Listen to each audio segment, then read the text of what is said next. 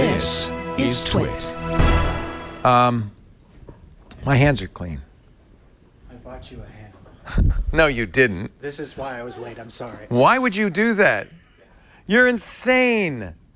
Next on Hands on Macintosh, Karsten, why did you do that? Thank you. Because I know you wanted it. I did. I saw it at Costco. I was in hamster cough mode in Costco. And I saw it.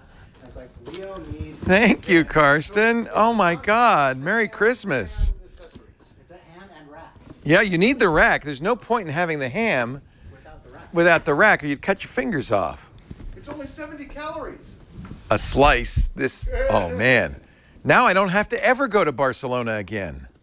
Karsten, aren't you sweet? Thank you. Should I take it out? Should we have some ham? Unboxing. Oh, my God. Wait till you see this. Wait till you see this. There's an actual ham in here. There's a lot of... It's heavy. It's ham for everyone. Everyone have some ham. All right. On with the show. We don't have to actually set it up. Look, they even give you a slicer. This is... Karsten, my God, you are so kind. Thank you. You crack me up. Wow, I didn't expect that.